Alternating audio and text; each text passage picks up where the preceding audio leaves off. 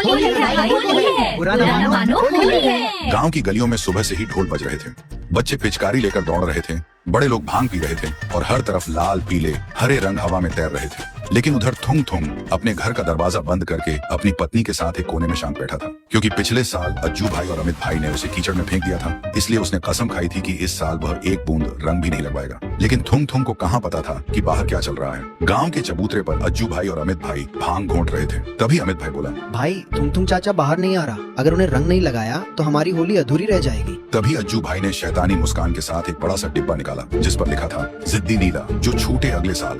देखते ही देखते दोपहर हो चुकी थी। बाहर का शोर थोड़ा कम पड़ गया था। अंदर थुंग थुंग खुशी से उछला, हार गए दोनों, थुंग थुंग जीत गया।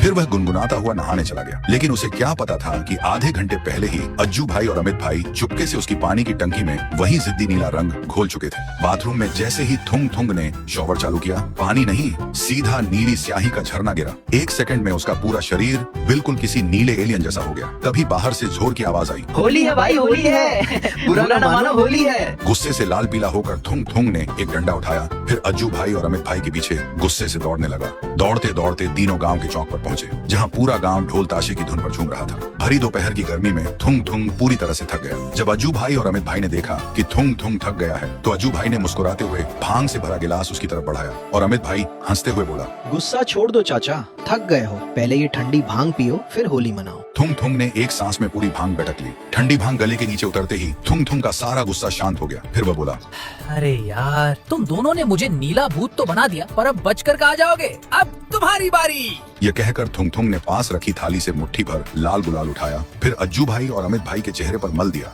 फिर थुंग थुंग की नजर दूर खड़ी अपनी पत्नी पर पड़ी, जो उन्हें देखकर जोर जोर से हंस रही थी। थुंग थुंग तुरंत दौड़कर उसके पास गया और उसके गालों पर भी प्यार से रंग लगा दिया। फिर नीला, थुंग थुंग, उसकी बीवी, अज्जू, अमित और पूरा गांव सब ढोल की थाप पर एक साथ झूम कर नाचने लगे। तो दोस्तों, होली में अकेले छिपने का क्या मजा? असली मजा तो तब है जब जो तुम्हें नीला करे तुम उसे लाल कर दो और फिर हंस कर कहो हैप्पी होली।